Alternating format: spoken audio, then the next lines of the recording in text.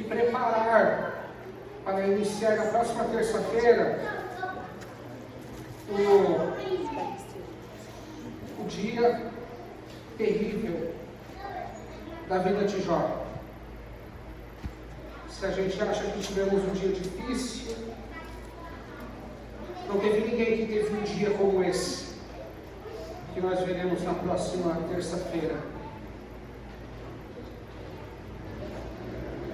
Então entraremos sobre o sofrimento de Jó,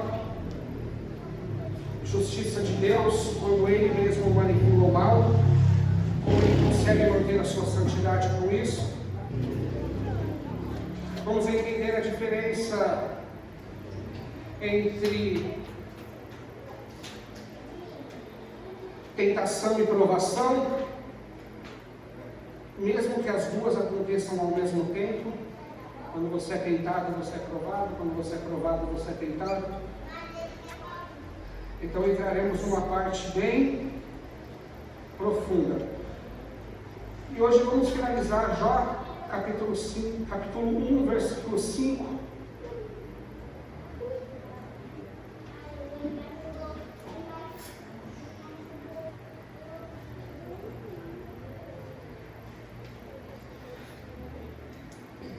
Assim que passava o período das festas e banquetes, Jó mandava chamar e fazia com que se santificassem por meio dos ritos de purificação.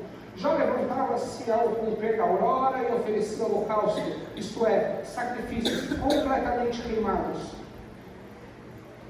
em nome de cada um dos seus filhos, pois pensava, talvez os meus filhos tenham pecado, ainda que no íntimo de cada um, e assim blasfemaram contra Deus em seus corações. E era assim que Jó vivia e procedia. E a tradução diz continuamente. Era sempre Jó fazia isso. E preocupação com os filhos que não acabam, né? Casados, morando longe. E Jó preocupado. Podem ser que pecaram. Amados. Eu só vou ter paz na minha vida quando as minhas filhas forem batizadas com o Espírito Santo. Aí eu vou saber que tem um selo ali. Aí eu vou saber. Vou ficar tranquilo. Jó lhe sacrifica, pois pensava, pode ser que eles tenham pecado, seja blasfemado ou no coração. É um pensamento clássico dos pais, né? Os filhos erram mais que a gente, pelo menos pensamos nós. Os filhos pecam mais do que a gente. Eu vou orar pelos meus filhos, eu vou jejuar pelos meus filhos.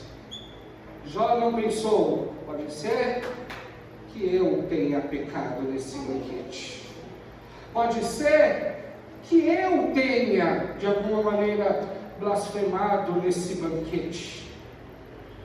A autossuficiência de Jó está tão grande aqui, que ele não presta um sacrifício sequer por ele mesmo, para purificá-lo. Aliás, para ele não precisa dessa purificação. Ele acordava de madrugada para santificar os filhos, mas no seu coração ele já era santo demais para receber um sacrifício. Perigoso. Lembra que falamos que é perigoso o lugar em que Jó estava? Começamos a perceber que o lugar é verdadeiramente escorregadio. Ele começa a agir como alguém que não tem nenhum pecado. Haja vista que o Senhor ele diz que aquele que diz que não tem pecado já pecou, é mentiroso. Então Jó, conforme vai obedecendo, conforme vai fazendo tudo certo, conforme vai olhando para si e para o comentário dos outros, criou-se uma reputação, a qual Jó se deixou levar por ela. Jó ele é reto, ele é temente a Deus, ele é íntegro, ele se desvia do mal, mas Jó não é Deus, Jó não é Cristo, Jó não é perfeito, e ainda que ele não tenha movido uma palha sequer ao pecado, o orgulho é um pecado pior que existe no mundo. Pois como eu disse, se você pecar, tem a cruz. Se você falhar, não que deliberadamente, tem o Senhor Jesus para te justificar, mas o orgulho desperta o quê? A ira de Deus.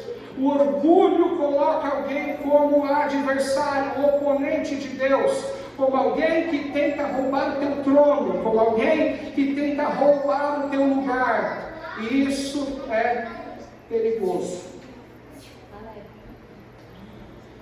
No Antigo Testamento, nós vemos em Hebreus, no capítulo 10, quando ele vai falar sobre sacrifícios no Antigo Testamento, o autor do livro de Hebreus, ele vai deixar claro que esses sacrifícios, eles não têm efeito. Vamos ler capítulo 10 de Hebreus, alguns versículos. Porque tendo a lei sombra dos bens futuros e não a imagem exata das coisas, nunca, pelos mesmos sacrifícios continuamente que se oferecem a cada ano, pode aperfeiçoar os que a ele se achegam.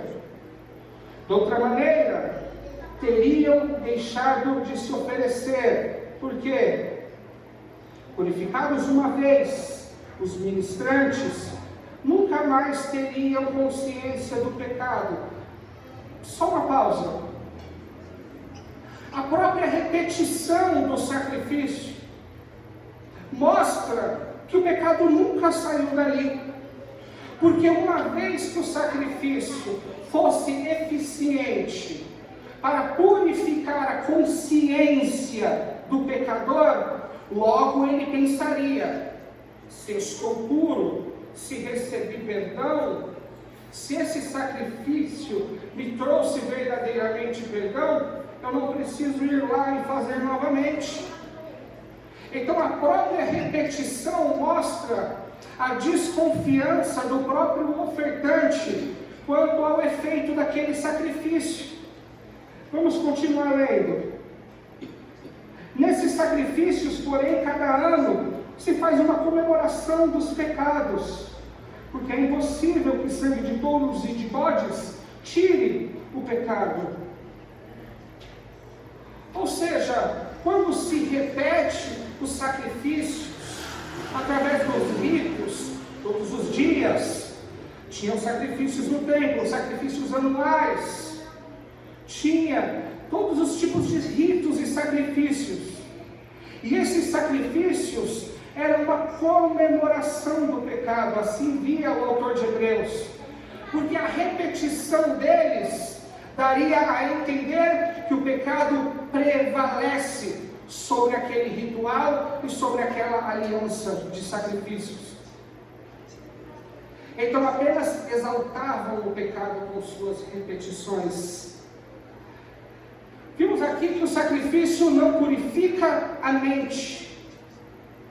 Jó, se sacrificasse uma vez e confiasse que seus filhos seriam purificados, ele não repetiria de novo, ele não precisaria fazê-lo de novo, porque ele entende que os efeitos são limitados e fracos.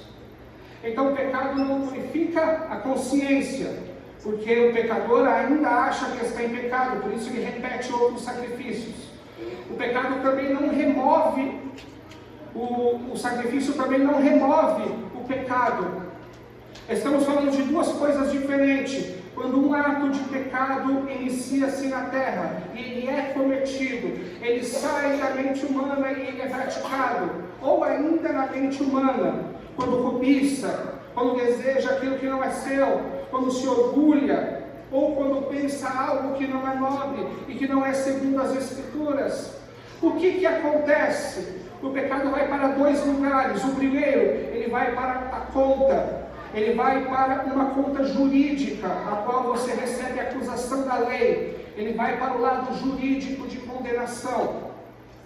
E a segunda coisa que ele faz é ir para a consciência do pecador. Quando Jesus morre na cruz do Calvário, ele consegue atingir essas duas coisas. A primeira coisa é ir lá onde a dívida está em vigor, e ele paga essa dívida com sacrifício, ou seja, não há condenação para aqueles que estão em Cristo Jesus, não há mais dívida, não há mais nenhuma acusação jurídica.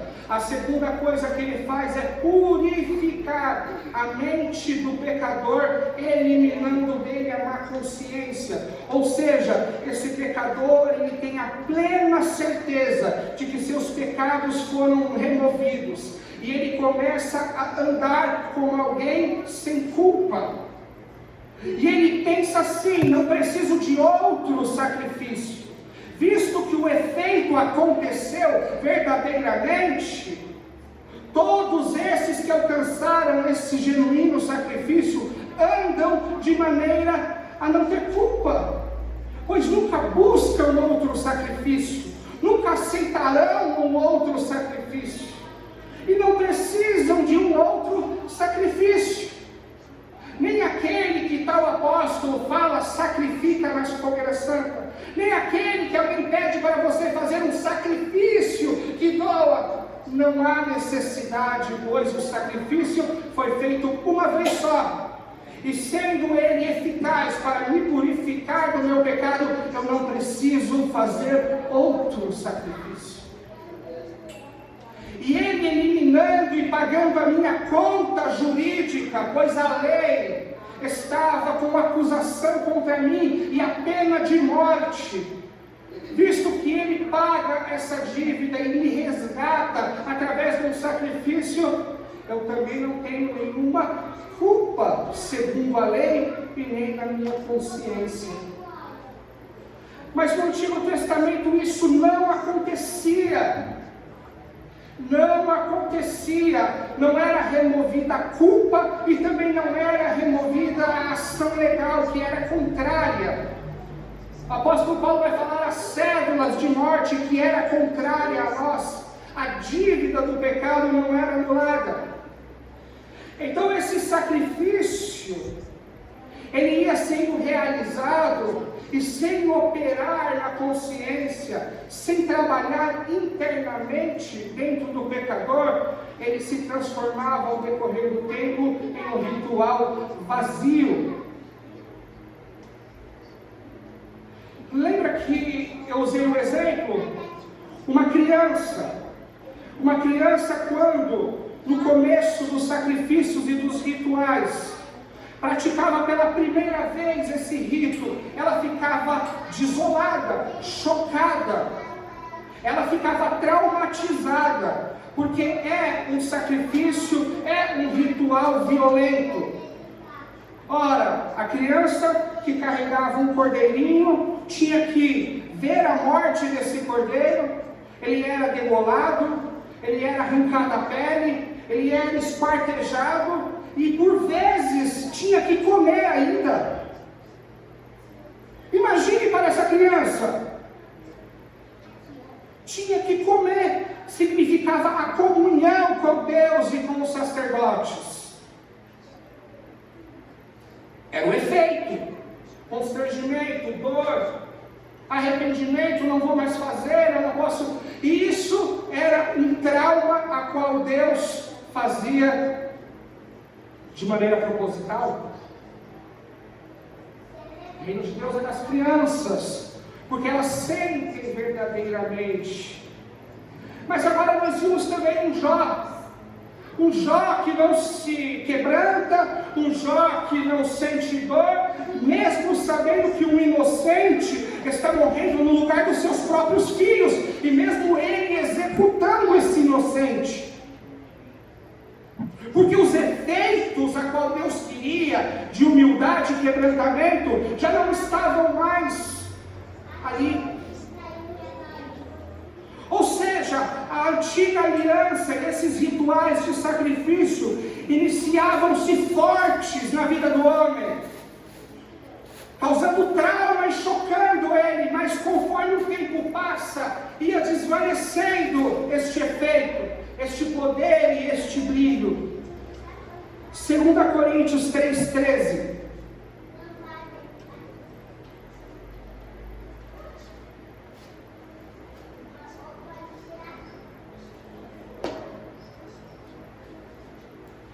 E não somos como Moisés, que punha um véu sobre a sua face, para que os filhos de Israel não olhassem firmemente para o fim daquilo que era transitório. Mas os seus sentidos foram endurecidos, porque até hoje o mesmo véu está por levantar na lição do Velho Testamento. Ou seja, o brilho, a santidade e o esplendor ia se acabando. O efeito dos sacrifícios ia se acabando conforme o homem ia crescendo e se tornando um senhor. E agora aquela repetição se torna algo comum, corriqueiro. E aquela glória, aquele efeito de arrependimento e transformação que sentia aquela criança, ele já não sente mais. É a antiga aliança. Ela iniciou com grande poder, trazia arrependimento, onde os filhos de Israel, na primeira Páscoa, choraram e comeram ervas amargas. Mas agora, lá nos tempos de Jesus, já compravam sacrifícios, já enviavam, no tempo de Malaquias, sacrifícios cegos, ou seja, já não estavam mais nem aí. E o que acontece quando alguém recebe uma glória? Quando alguém recebe um efeito, uma presença, um constrangimento, mas conforme vai avançando, vai perdendo esse efeito. A pessoa começa a pensar na sua reputação de religioso e começa a fingir. Observe o que aconteceu com Moisés.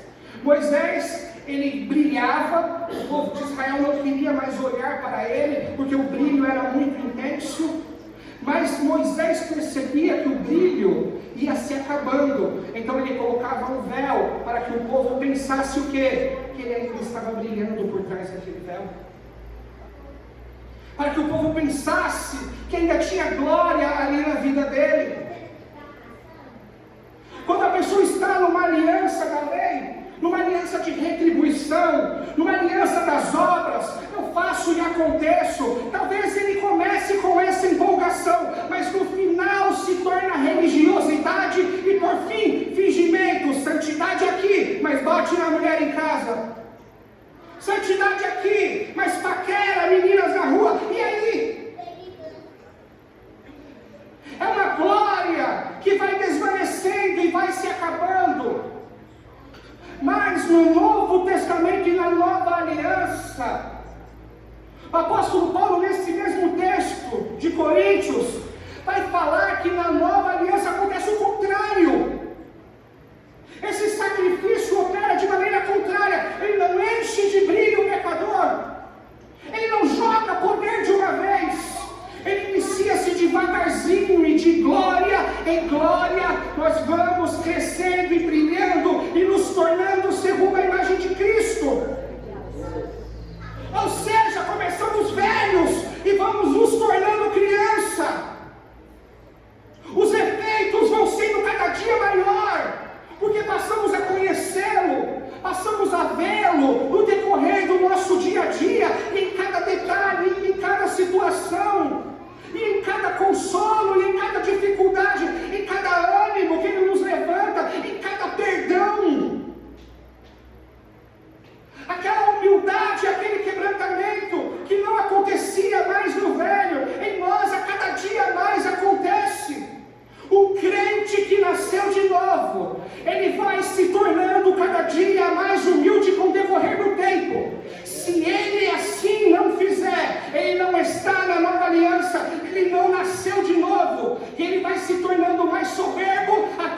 estica e brilha.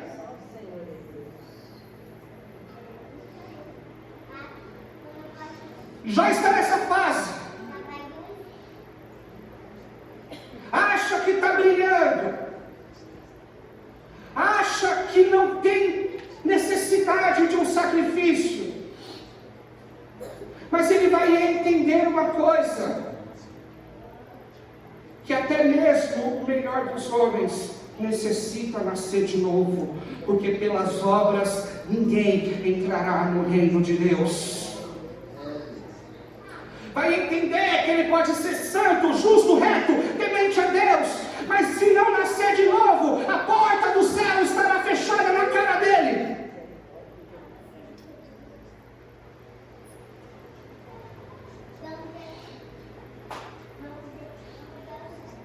E esse algo glorioso, que depois se tornou marcado pela hipocrisia dos fariseus, quando esta já estava no final, era algo transitório, era algo para cuidar do povo de Israel, até a chegada do Messias, era algo para dar uma ética moral para eles, para até que viesse o Espírito. Porque aqui primeiro vem a lei, onde você é obrigado a pôr o cinto de segurança. Porque depois vem a consciência, onde você mesmo coloca, e não é por causa da lei, é pela sua segurança. Assim era no Antigo Testamento, era uma ordem, ponha o cinto. Porque quando viesse o Espírito, você o faria, não por causa da ordem, mas para você se sentir bem, para a sua própria proteção. Então obedecia o Antigo Testamento, por causa de uma lei. E essa lei, ela vai transparecer o relacionamento dos homens antigos, dos patriarcas.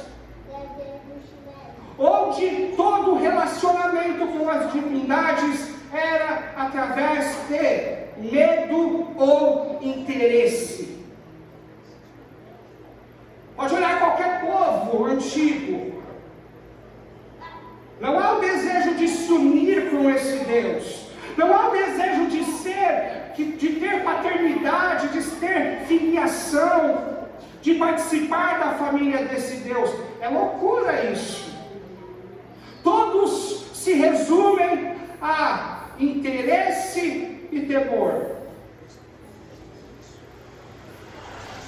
Olha o que vai dizer Gálatas 3:24.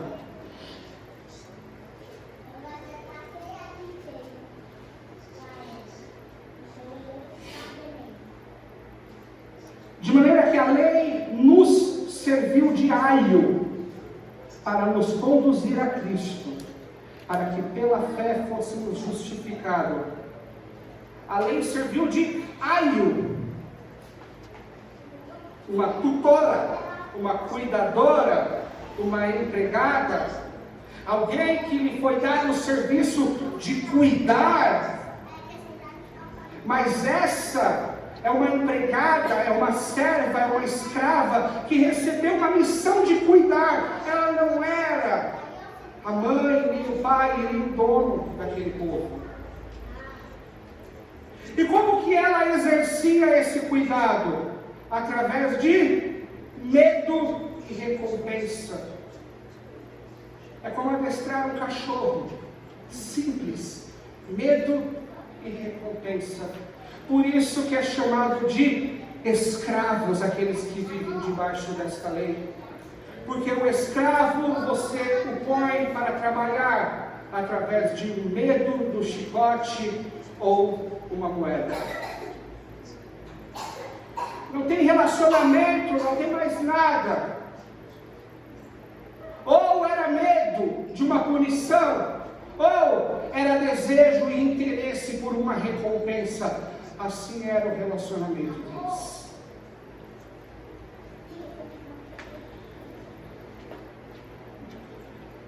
No Antigo Testamento você vai ver que Moisés, ele vai levar o povo até dois montes. O Monte Ebal e o Monte Gerizim.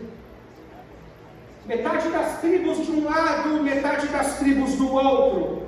No vale, no meio, ficavam os sacerdotes recitando as leis, virados para o Monte Ebal. Eles falavam da maldição que cairia no desobediente daquelas palavras. Virados para o Monte Gerizim, todos os sacerdotes no vale, eles recitavam as bênçãos decorrentes da obediência. Ou seja, biscoito ou chicote, moeda ou chicote, medo ou recompensa.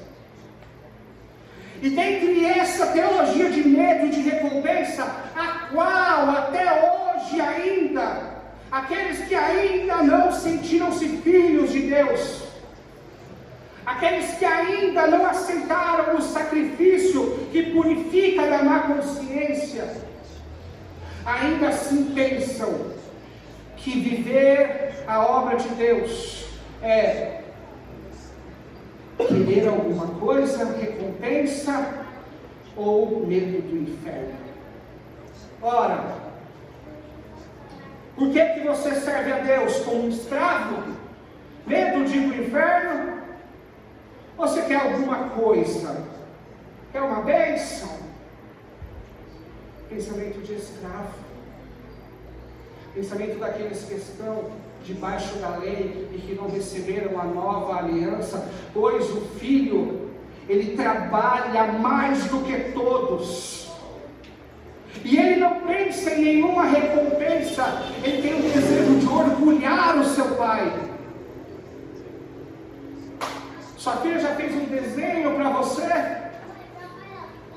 Ela quer uma recompensa ou quer um sorriso? Ela quer a sua alegria ou quer algo em troca? Não! Querem agradar ao Pai. O Filho, ele trabalha na seara, não por uma moeda, porque ele entende que ele trabalha naquilo que também ele é participante, naquilo que também é dele. Lembra no livro de Mateus? Ah, Senhor, aquele cara perdeu tudo com prostitutas e bebidas, e não me deste nenhum cordeiro cevado para eu sacrificar e comer com os meus amigos. O que o pai disse para ele? Tu estás comigo, e tudo o que eu tenho é teu. Trabalhamos por um reino que nos foi dado por herança, no qual o próprio Cristo dividiu o seu trono conosco, e vamos governar com Ele. Trabalhamos pela honra, para honrar o Pai. Jesus disse: a minha comida e a minha bebida é fazer a vontade do meu Pai. Não está relacionado à recompensa, pois o Pai sabe tudo o que precisas. Qual o filho que, pedindo ele um pão, lhe dará uma pedra? Não. É buscando o reino de Deus, a sua justiça. É buscando agradar ao Pai. É buscando o sorriso de Deus, que essas coisas nos serão acrescentadas. É só você tirar o coração de algo que Ele te dá. O que queres, Salomão? Ah, me dá sabedoria. Ah, então toma dinheiro e sabedoria, porque não colocaste o coração nessas coisas. Está apto para administrar, e não te será um ídolo isso. Ou será que o Senhor nos dará o ídolo que tanto pedimos? Não. Quando o coração já estiver distante disso, deste desejo maluco, Ele vai lá e fala: ó. E essa tutora, ela fazia obedecer como? Através de recompensa e através de chicote. Era assim que se obedecia.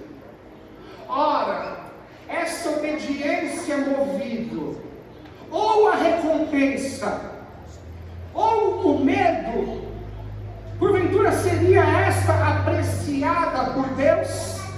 Levaria Deus em conta essa obediência,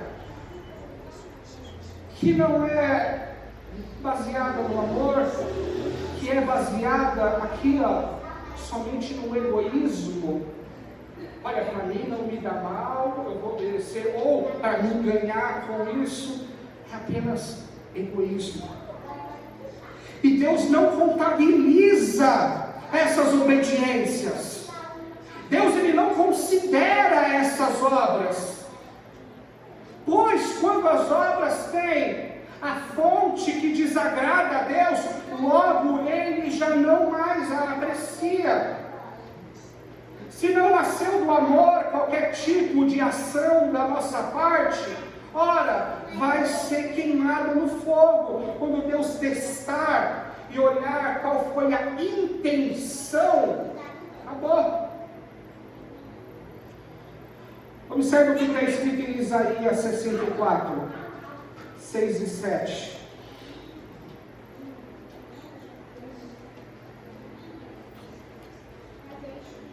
Mas todos nós somos como um imundo, e todas as nossas justiças ou obras como trapo de imundícia, e todos nós caímos como folha, e as nossas culpas como vento nos arrebatam. Antiga aliança. Você faz, mas a sua motivação te diz se você é escravo ou se você é filho. E por mais que o escravo seja bom escravo, ele jamais receberá herança. Se eu tiver uma empresa e meu funcionário for muito bom, e a minha filha for desobediente, afrontosa, desrespeitosa, no final da minha vida, eu não darei a herança para o meu empregado. E duvido que você daria. Você daria para o filho, mesmo que ele fosse desobediente. Você daria para o filho, mesmo que pensasse que ele não merece. Você daria para ele. Porque é aos filhos que se dão a herança. Então o escravo não recebe herança, somente os filhos, por mais que ele seja um bom escravo. Veremos pessoas no mundo muito mais obedientes do que pessoas crentes, mas por não serem filhos, não receberão a herança eterna, porque não nasceram de novo. E Deus ama seus filhos trabalhosos, Deus trata seus filhos trabalhosos. Deus espera eles voltarem quando eles vão comer bolotas de porco, porque são os seus filhos. A lei, ela é uma serva, ela é uma empregada. Esse sistema, ele próprio é pobre. Então ele não pode recompensar com herança, pois ser escravo nem liberdade ele pode dar àquele que obedece.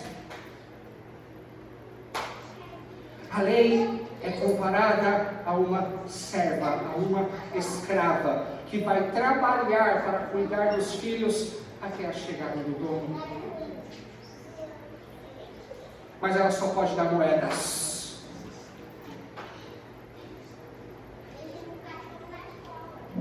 Lemos Isaías. Nós somos como o imundo. Isaías que está falando. Grande profeta de Israel. Ele entende o seu estado e por isso deseja tanto o Messias. Por isso só fala do Messias, porque ele reconhece que é um homem impuro e de lábios impuros, e ele pede uma tenaz para purificar só para ele falar de Jesus. E depois ele apenas deseja e aguarda Jesus. porque ele sabe que só na chegada e no sacrifício de Cristo os seus pecados seriam purificados, ainda que ele já estivesse morto. E todas as nossas obras são como um trapo de imundícia. Amados, o trapo de imundícia era um pano velho, utilizado para limpar as coisas mais nojentas. Enrolava-se em leprosos, se limpava de fluxo menstrual, sêmen era limpado com isso, ou seja, era um trapo que todos ficavam longe. E Deus está falando que a obediência do escravo, a obediência daquele que não nasceu de novo, é para ele nojenta. E por que ele as considera algo assim tão grave? Porque normalmente quem quer se achegar a Deus através de feitos e de obras despreza o seu próprio filho que morreu na cruz do Calvário e acha que o filho dele não é suficiente, ou tenta equilibrar a sua consciência do pecado que cometeu. Ora, não preciso de sacrifício. Sabe por quê? Porque eu faço um monte de besteira. Mas eu também faço umas coisas boinhas, então eu equilibro a balança. Deus olha para essas obras e Ele não pode aceitar, não tem equilíbrio nessa balança.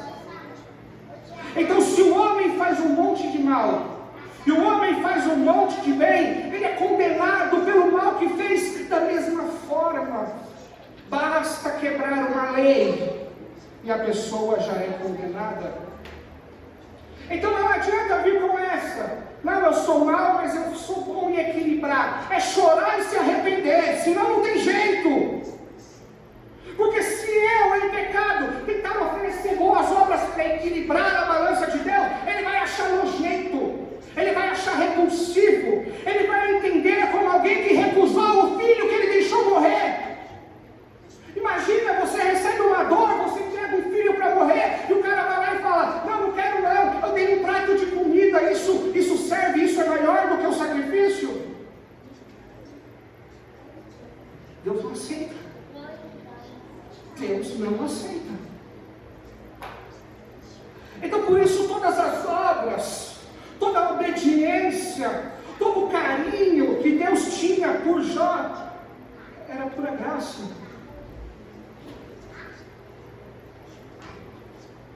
Todos os seus feitos, e vocês vão ver que foram por interesse. Temos ainda muito capítulo, muita palavra da própria boca dele, que foram feitos por interesse. Porventura colocaram Deus em dívida com ele, a ponto de Deus restituí-lo porque ele é obediente, porque ele é o cara. Amados, evangelho não é trabalhar para Deus, é Deus trabalhar em nós. Não é fazer para Deus, é Deus fazer no seu coração. Isso é evangelho. Porque quando Deus, se você não deixar Deus trabalhar em você, Ele mesmo não te deixará trabalhar para Ele. Ou fará sem autorização, sem autoridade, sem o chamado, sem a bênção dele. Aí, amado, é pescar a noite inteira e não conseguir nada.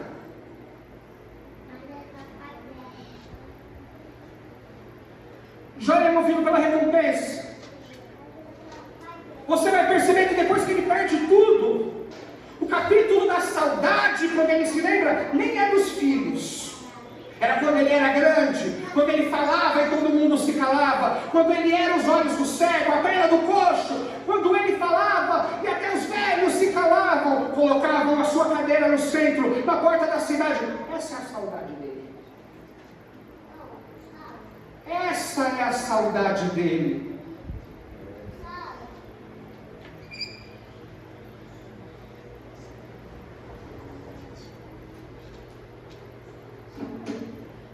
Será que o coração dele não estava nisso?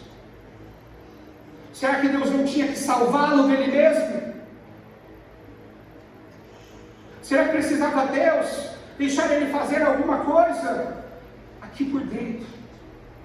A tua vida não foi por fora, começou aqui por dentro. Começou deixando de sacrificar por ele mesmo. Começou tratando mal as pessoas. Você vai ver que ele vai dizer que os homens que agora riem dele não serviam nem de cães para o seu rebanho quando ele era o cara. Ou seja, a dor dele é porque homens que eram menores do que ele estão zombando dele. E vai dizer que não serviam nem como cachorros de rebanho. Você vai ver que esse homem que diz que faz e acontece, não tinha ninguém ao seu lado, porque ele era arrogante, e quando ele fazia, lançava na cara. Ficou sozinho, e somente os de longe puderam vir para acompanhar ele, porque os de perto não o suportavam. É uma santidade arrogante. É sobre isso que Paulo fala: não sejais demasiadamente santo. Não é que ele não quer que você seja santo, ele não quer que você se ache santo. Ainda que você seja, não se comporte como se fosse. Humildade. Humildade. Uma virtude que Jesus popularizou e que no Antigo Testamento era tido como fraqueza. Paulo era humilde e era tratado isso como fraqueza.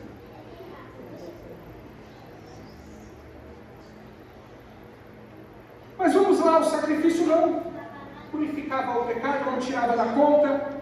O sacrifício não purificava a consciência e não operava humildade e nova vida, conforme os tempos ia passando e se transformava em ritual vazio. E assim pode acontecer conosco também, se a gente vir um pouco como colocar no modo automático e vir adorar a Deus. Não tenho medo do pecado mais, irmãos. Eu creio no sacrifício de Jesus. Eu tenho medo da religiosidade, quando esse próprio sacrifício se torna banal para mim. Quando eu fico pensando muito mais em coisas do que em pessoas, mais em rituais do que em significados. É isso que eu tenho medo. Eu peço sempre para Deus: me livra. Me livra disso, Senhor. Olha, não tinha seu efeito completo, perdia o seu efeito, mas ele ainda assim,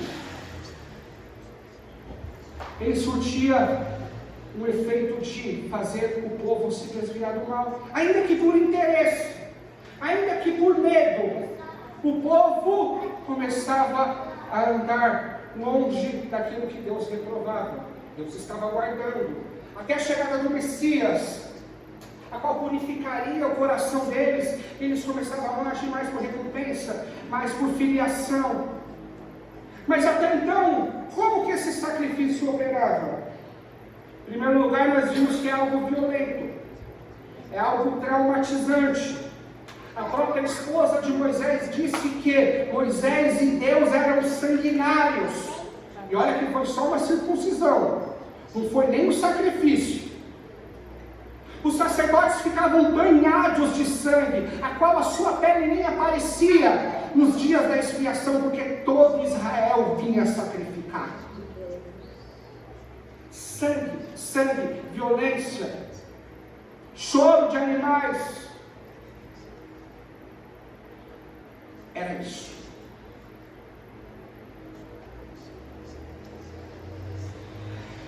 E esse efeito, esse choque traumático, ele iria ser trazido à tona através de alguns gatilhos. Deus, ele fazia com que o povo não conhecesse somente a lei. No Antigo Testamento não estavam nem aí para a compreensão, mas era decorada a lei. Era para eles recitarem antes de dormir, ao acordar, ao caminhar uma cruzada. Eles tinham que decorar quando era uma prova na adolescência, a prova era, recita tal livro e tal verso. Eles tinham que decorar e recitar. Era isso no Antigo Testamento. Decorar, trazer para onde? Para o subconsciente, fazer se tornar hábito aquelas palavras. E quando eles se davam com uma tentação, logo o gatilho daquela violência trazia à tona para eles medo, desespero. Então muitas vezes eles se apartavam. Repetições, não pode, sacrifícios, se fizer, está morto, morte, violência, tudo isso ficava no subconsciente. Trauma para uma criança, que sempre quando ela estava em situação de tentação, o que vinha na mente? Morte, dor e sangue. Era Deus trabalhando como um psiquiatra, um psicólogo no Antigo Testamento para manter o povo afastado do mal. Ou seja, algumas coisas, a tentação era gatilho e ele se lembrava do fim que levava ao pecado, uma morte violenta.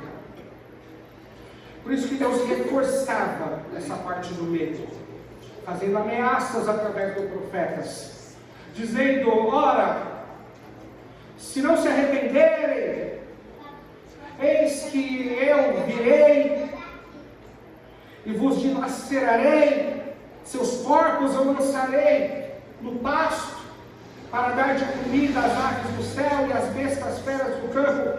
Os profetas não param de falar isso. A lei vai repetindo o que pode e o que não pode.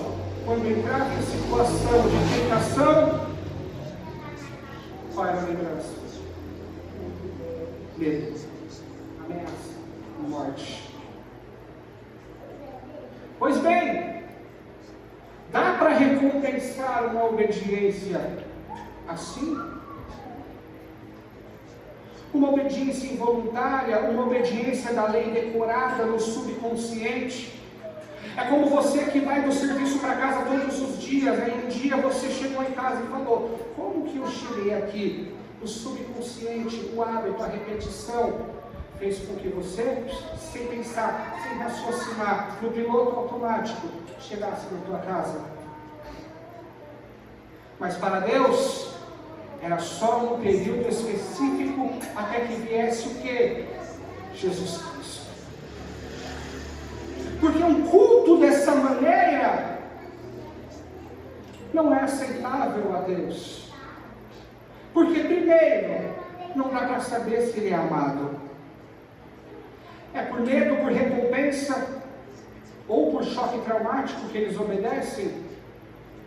Será que eles me amam mesmo?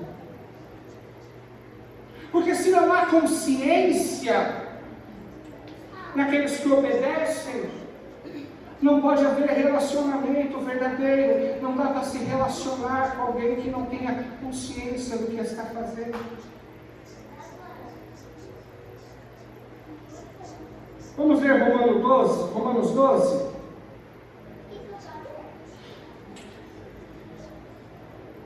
Rogo-vos, pois, irmãos, pela compaixão de Deus, que apresente os vossos corpos em sacrifício vivo, santo, agradável a Deus, que é o vosso culto racional. Agora que entra a diferença. Porque a obediência agora do pecador que recebeu o sacrifício e um novo coração, não é por recompensa, não é por medo, não é por choque traumático, não é por hábito e nem por subconsciente. Ele sabe que ele está adorando, cultuando, e é isso o que ele quer. Sem a culpa do pecado, ele está livre para adorar, e ele sabe que é isso o que ele quer, e ele está fazendo. Somente este culto em verdade e em espírito, é que Deus recebe. Observe o que Paulo fala sobre a Santa Ceia. 1 Coríntios 11, 29. Porque o que come e bebe indignamente come e bebe para a sua própria condenação, não discernindo o corpo. Quem peca ao tomar o cálice indignamente é aquele que não tem consciência do que está fazendo e do peso daquilo que ele está celebrando. Ora, o pecado da Santa Ceia não é uma semana difícil onde você falhou e se tornou indigno. Não é um prêmio para aquele que obedeceu uma semaninha e agora se sente apto para tomar a ceia e o corpo do Senhor, digno de que Jesus morresse por ele. Não é isso. Se trata de culto racional. Se trata de ter consciência de que Jesus morreu por você e ressuscitou para te dar uma nova vida. Ou seja, o que Deus exige no culto do Novo Testamento não é sacrifício, mas consciência do sacrifício. É isso que traz comunhão com Deus no Novo Testamento. Não é o sacrifício, pois Deus proverá e proveu para si próprio um cordeiro, então não tenho nada a oferecer para ele. Mas o culto racional verdadeiro que agrada a Deus é ter consciência desta morte, desta ressurreição e dessa oferta perfeita dada por Deus. Esse é o culto. É chorar, é gritar, é dançar, é se alegrar, é agradecer, é louvar. Por isso, Jesus é o centro do culto que agrada a Deus. Não está no piloto automático, porque senão Deus não recebe. Sem religiosidade, sem repetições. Jesus falou: eu não quero que seja como antes. Eu não quero que caia no piloto automático, vocês ficam repetindo como os judeus. Eu não quero choque traumático. Eu quero que vocês entendam que eu morri por vocês. E isso, celebrar isso, é um culto que me agrada, é só isso. Mais nada. Então existe uma necessidade do quê? De consciência. Bêbados não podem tomar a Santa Ceia. Crianças que ainda não atingiram o conhecimento e o peso disso, não podem tomar. A não ser que atingiram o conhecimento, não tem idade, reconheceu, entendeu, tocou no coração. Ora, já pode ser participante, está consciente do que está acontecendo. Por isso é um culto racional.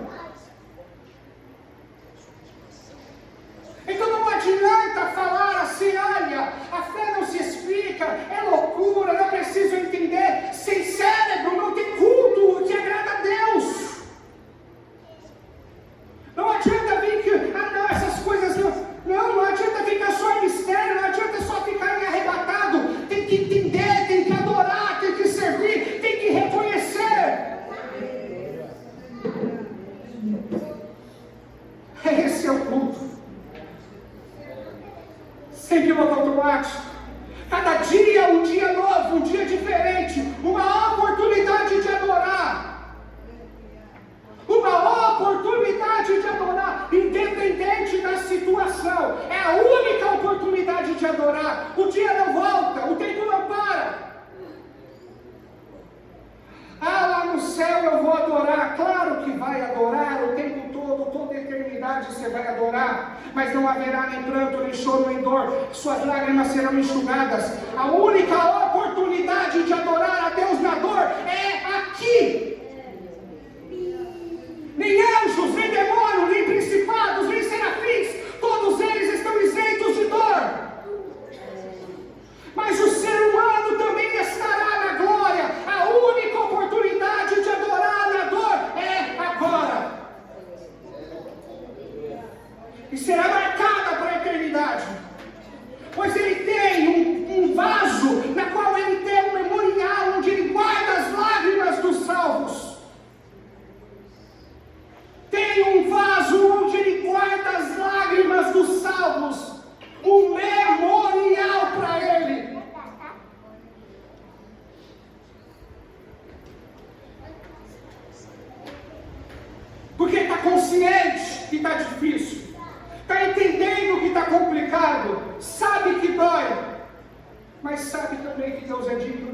glória e que morreu na cruz do Calvário.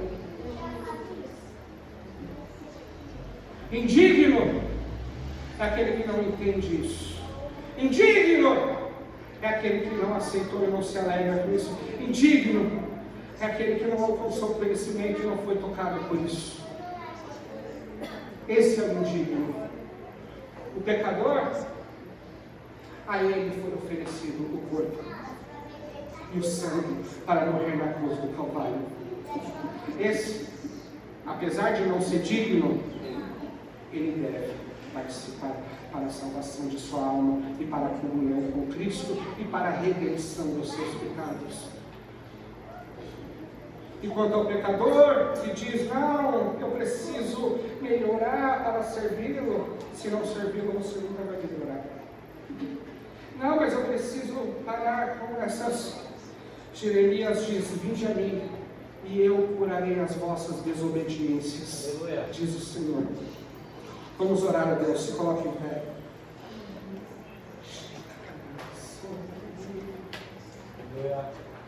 Oh Deus, Senhor Deus e amado, obrigado. Obrigado por esse culto. Me perdoe se falhei na fiação e se não entreguei tudo. Mas entenda, Senhor, Tu és perfeito, a palavra é perfeita, mas o seu porta-voz é pecador e falho. Me prepara melhor, me ajuda nas minhas fraquezas e abençoa cada um que veio aqui, Senhor, que veio de boa vontade, que não está no piloto automático, mas que entende que o Senhor é digno de honra e de glória e está consciente da sua morte e da sua ressurreição. Dê a eles, Senhor, o Espírito Santo e sopra no ouvido deles que eles são filhos, e se precisar de colo, tem colo, se precisar de conversa, tem conversa, se precisar de conselho, tem conselho, se precisar pegar alguma coisa no reino, pode pegar, porque é seu também. Mas, Senhor, nos mantenha longe da religiosidade, não nos deixe entrar no piloto automático, pois esse é um culto que o Senhor não recebe. Não nos deixe te adorar por recompensa ou por medo, pois não somos escravos, mas que possamos te honrar na beleza da tua santidade, meu Deus. Nos ajude, nos conforte, nos salve todos os dias de nós mesmos, dos nossos pensamentos que vão contra ti e que muitas das vezes te acusam, ó Deus, dos males naturais dos homens. Nos ajuda, Senhor, a entender, Senhor, a tua justiça e o teu amor e a mistura linda dessas duas coisas. Pois o Senhor não é só justiça, o Senhor não é só amor, o Senhor é tudo em todos. Para aquele que precisa de um pai, seja pai. Para aquele que precisa de uma mãe, seja mãe. Para aquele que precisa de um amigo, seja amigo.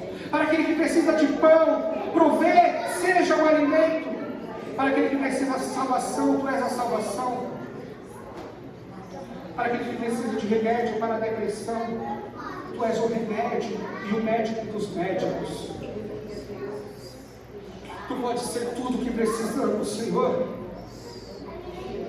Só precisamos buscar a Ti, Senhor. Nos ajuda em nome de Jesus. Amém e amém.